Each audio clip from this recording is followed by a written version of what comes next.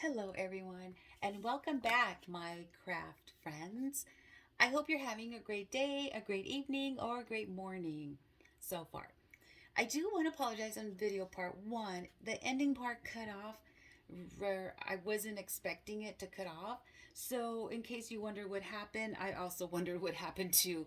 But again, I'm learning how to do these video tutorials, so I'm hoping you will bear with me. Okay, so part two, we're gonna get to it now. Again, we are making the easy Spiceville pot holders. So again, you can make yours the long version or the longer version. It's up to you. Your measurements can be anything you want it to be. Of course, reasonable for the product, right? For this example, it is about a little bit over a few centimeters over 6 inches.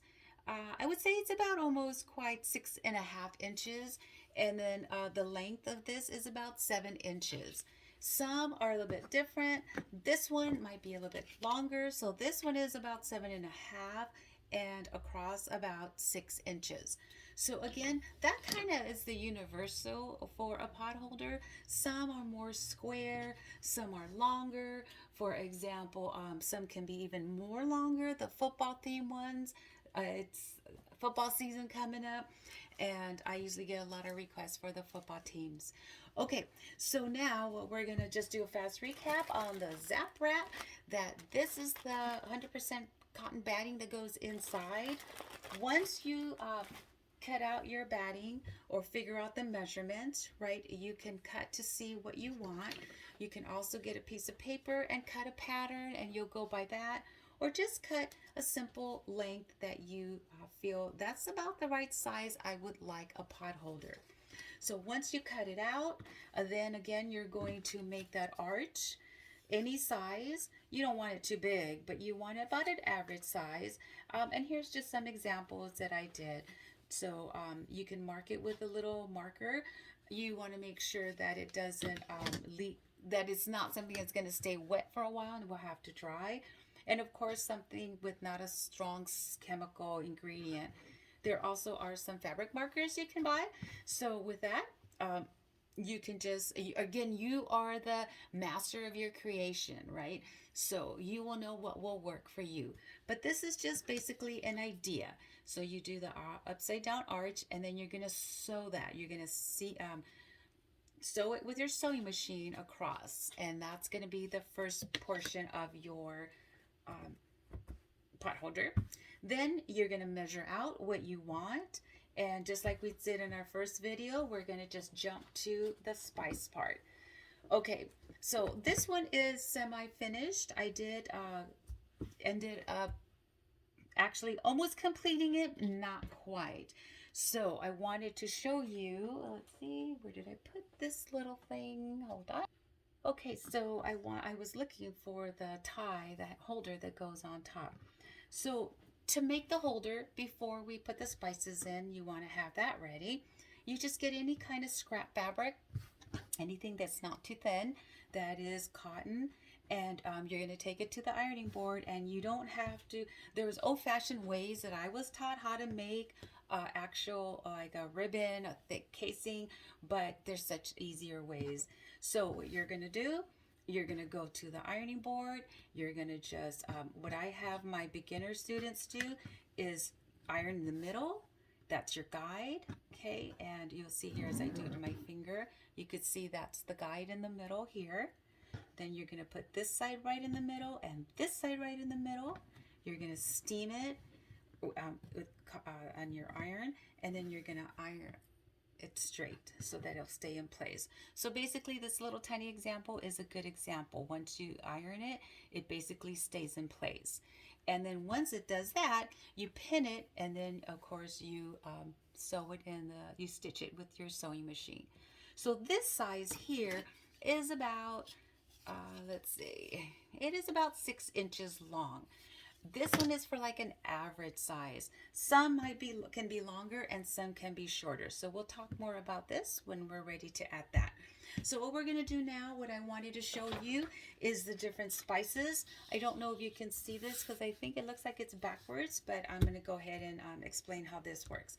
Earlier, I did say that these cinnamon, this one does not come from Canada. This one comes from the Asian area like Vietnam, and it's a more stronger cinnamon versus it's stronger and thicker versus this one that comes like from the South America side.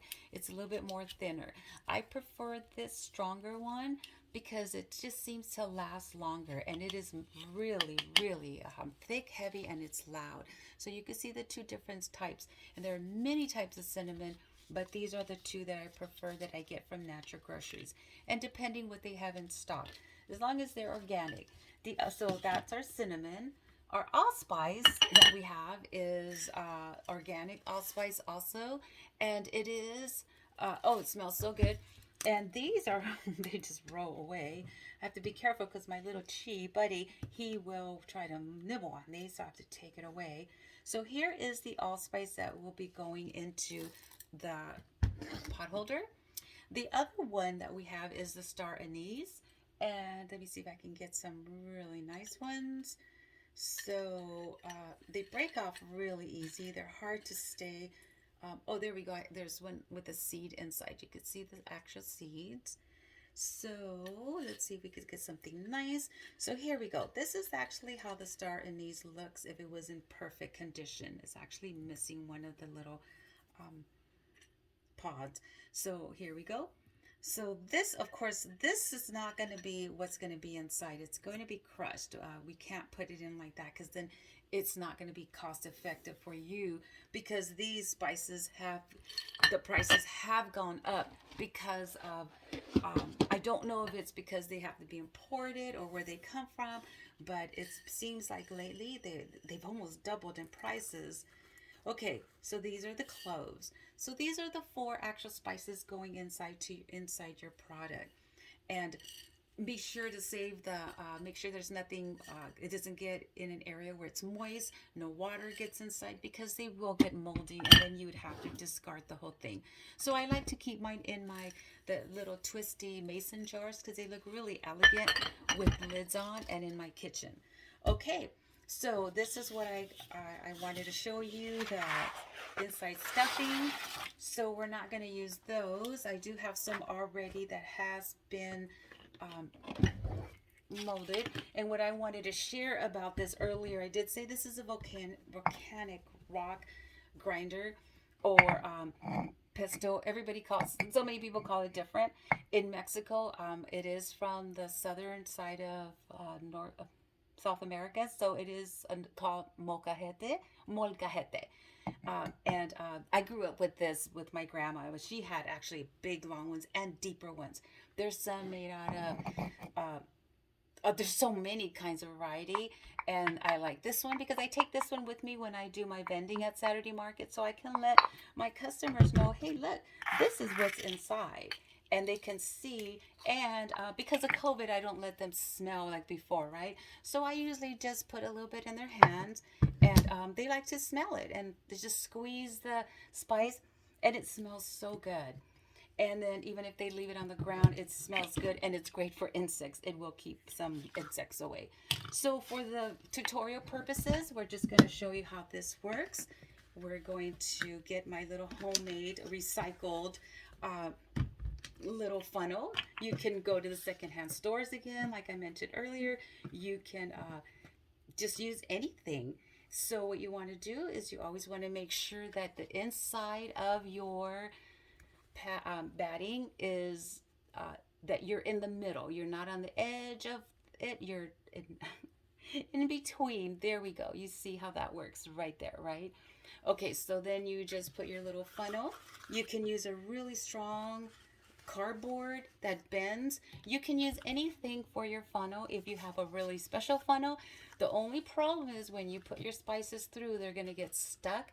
So I like this because I can twist it a little open and it goes in a lot easier, because when you pour it in, you're not going to just pour it in and thinking it's going to go down. You're going to have to try to shift it and trying to make it go down. So for this video tutorial, I've already put some in here. I put about a good chunk of tablespoon. I don't know if you could see that inside. It's in there. So if you kind of hear, You can hear that there's already some in there.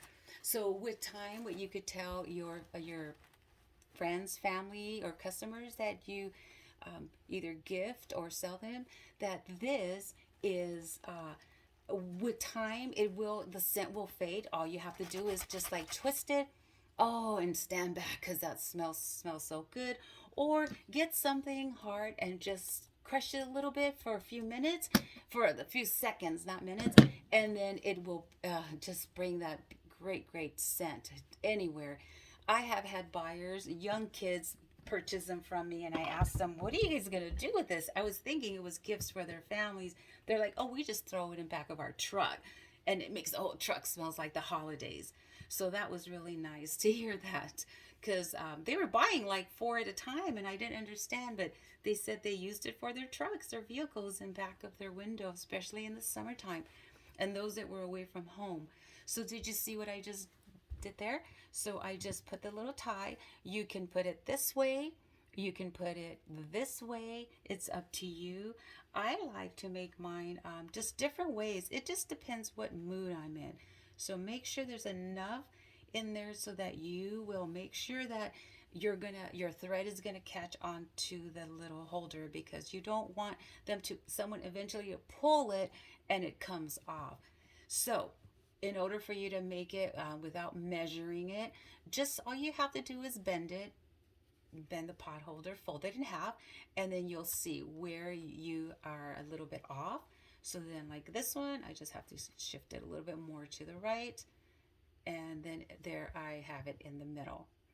Okay, so you can always either open it wider or close it, or just keep it closed. And there you go. So now you know that your product is just right.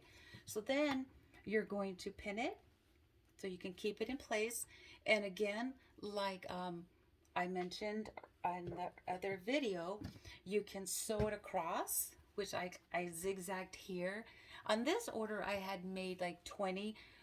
They were for giveaways. So the person that requested them said, don't worry about how they look. It just, because the scent smells so good, that's what they're going to really want. And it's funny, as you see your customers walking away sniffing your pot holders, it's just the best to see that. Okay, so on this one, I just sewed it on top. I stitched it on top with a sewing machine. On this one, what I did is I did a little different. I did stitch, you always want to stitch the top part, because that's going to be what's going to hold the pot holder, give it that extra strength. And then I just went across each edge and sewed the edges. When I stitched it in the inside with the sewing machine, I did trim the edges right before I flipped it over, because it was pretty thick, and I left this one unsewed so you could see. I am going to go in and trim it, but in order to get it that really nice pointy, you want to make sure that it's not bulky on the edges. And then always keep in mind that in here, the upside down arch is where your spices are at. So if you want, I have sewn across, but you have to be very careful. That needle will break if you touch one of the AllSpice or one of the harder spices. Okay, so I have done them across, but I've broken needles. So to me, this is more effective and fast for me, because I do quality and quantity at the same time, because I want my customers to be able to have a product that's not only nice looking, smells great, but also affordable. Okay, so this is basically the tutorial. We're done with this. It is simple, easy, fast. I have made some like within 3 minutes, because I just have made these for the past 10 years. This is one of my favorite products to make, because it smells so good. When the grandkids are over, I have them smashing the molcajete with the spices, and they just love it, because they're being part of something productive, and they're also learning how to make something so easy and fun. So this is the ending of the tutorial for this one, for the spice-filled pot holders. And thank you very much for joining me. Our next one that I will be doing, and I'll show you very briefly, is the knapsacks for the children. So I'm not going to go into this today, but I will do another tutorial. You have a great day, and I hope your day today is blessed. And thank you for joining me.